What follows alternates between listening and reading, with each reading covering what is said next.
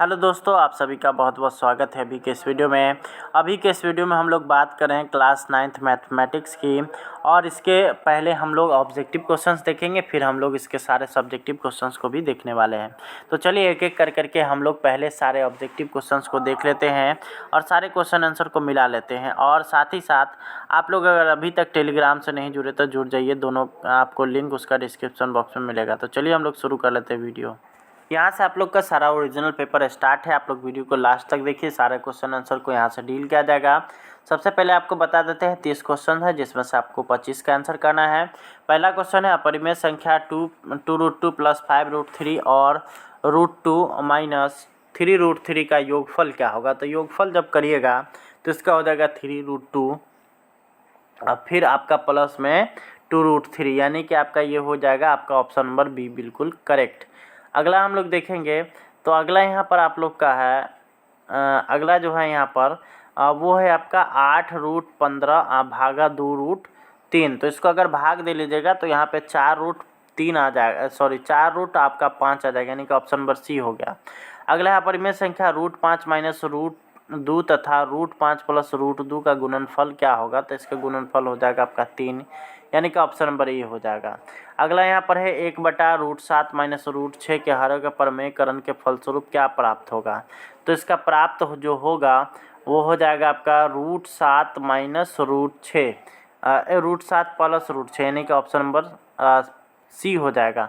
5वां नंबर सवाल की ओर हम लोग चलेंगे तो यहाँ पर है यदि एक पुस्तक की कीमत कलम की कीमत का 2 गुना हो तो पुस्तक और कलम की कीमत क्रमशः x और y रुपया है, मानते हुए रैखिक समीकरण में व्यक्त करिए। तो यहाँ पे देखिए एक कलम और एक पुस्तक की कीमत कलम की कीमत की क्या है तो दोगुनी है।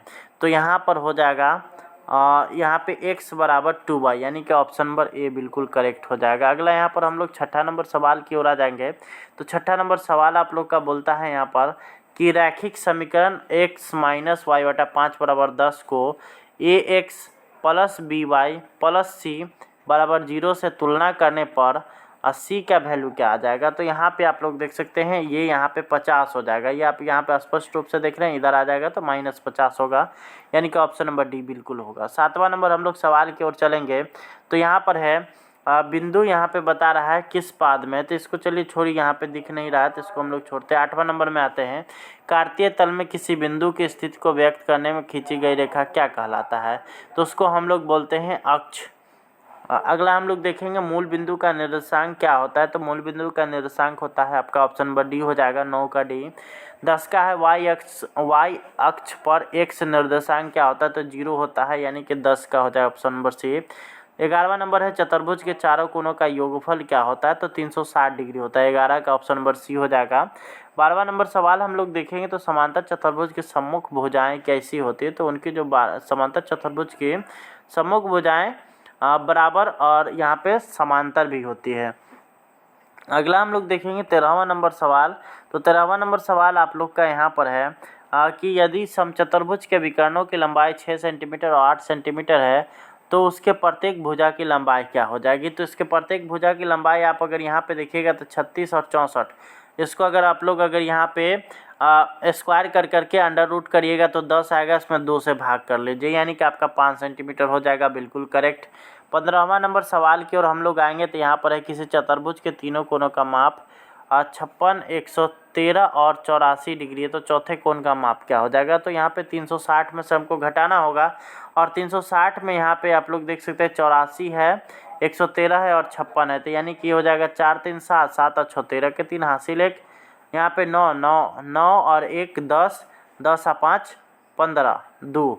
उसके बाद हम लोग घटा लेंगे तो यहाँ पे बचेगा 7, यानी कि कहीं ना कहीं ये सॉरी यहाँ पे जो है हो सकता है कि हमारे इसमें दिखाई सही से नहीं दे रहा है, तो इसको यहाँ पे 115 है, सॉरी 5 और 9 9 6 15। तो यहाँ पे आपका हो जाएगा 360 में से यहाँ पे 5, उसके बाद आपका आ जाएगा 8 1 9 9 5 14 1 15, उसके बाद 1 1 2, तो ये 5 हो जाएगा। उसके बाद ये 0 हो जाएगा, 105 आ जाएगा, यानी कि ऑप्शन नंबर बी की बिल्कुल करेक्ट है। अगला यदि किसी वर्ग के एक विकर्ण की लंबाई 12 सेंटीमीटर है तो उसके दूसरे विकर्ण की लंबाई क्या होगी। तो वर्ग के विकर्ण की लंबाई क्या होती है, सेम होती है, तो हो जाएगा आपका ऑप्शन नंबर सी। अगला है किसी बिंदु के दो भुजाओं के मध्य बिंदु को मिलाने वाले रेखाखंड को तीसरी भुजा के अनुपात क्या होगा। तो मध्य बिंदु की अगर बात करिएगा तो यहाँ पे देख सकते हैं किसी त्रिभुज के दो भुजाओं के मध्य बिंदु को, तो इसका जो होता है सिंपल सटीक आंसर है वो 2:1 में यहाँ पे विभाजित करता है। अगला यहाँ पर है यदि किसी समतल चतुर्भुज का क्षेत्रफल 60 वर्ग सेमी है और आधार की लंबाई 12 है तो यहाँ पे उसकी ऊंचाई क्या हो जाएगी। तो इसको भाग दे लीजिए, सीधा आ जाएगा आपका 5 सेंटीमीटर, यानी कि ऑप्शन नंबर बी हो जाएगा। 19वां नंबर सवाल की ओर हम लोग आएंगे। तो घनाभ के आयताकार फलक से घिरे होते हैं। तो घनाभ में आयताकार फलक होते हैं आपका 6।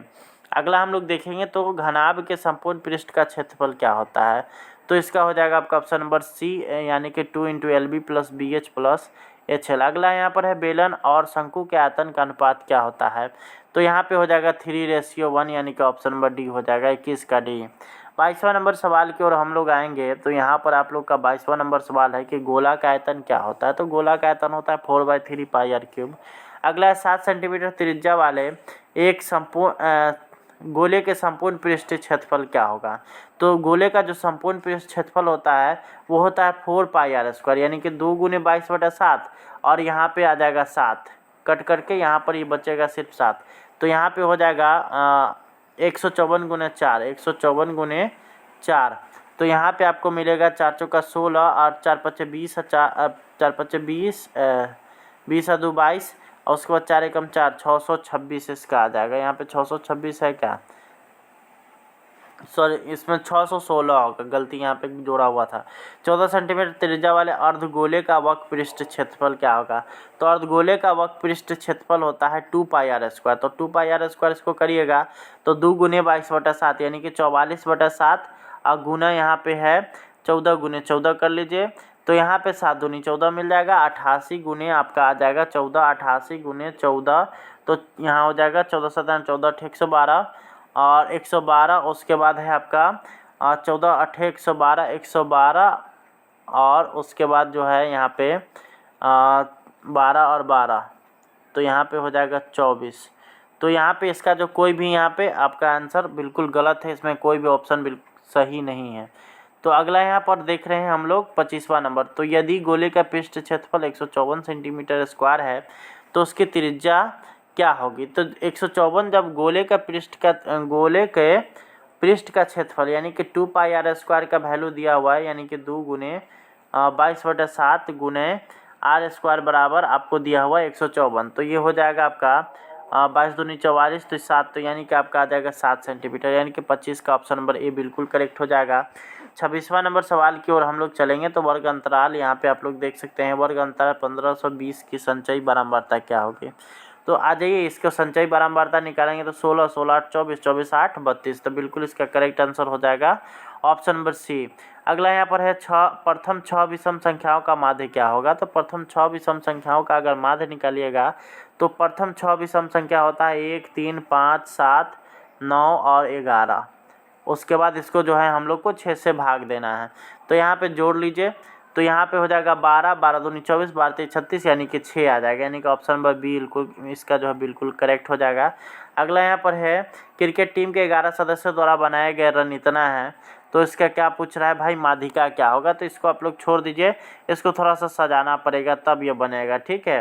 29वां नंबर सवाल की ओर आ जाइए। बहुलक का मान क्या होता है। तो इसका हो जाता है 3 × माध्यक - 2 × माध्य, यानी कि ऑप्शन नंबर बी इसका करेक्ट हो जाएगा। अगला यहाँ पर 3 सेंटीमीटर त्रिज्या वाले गोले को पिघला करके 1 सेंटीमीटर त्रिज्या वाले गोलों की संख्या क्या हो जाएगी। तो 3 का क्यूब करिएगा तो 27 आएगा, तो ये 27 इसका बिल्कुल करेक्ट हो जाएगा।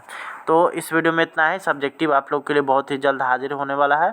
थैंक्स फॉर वॉचिंग, धन्यवाद।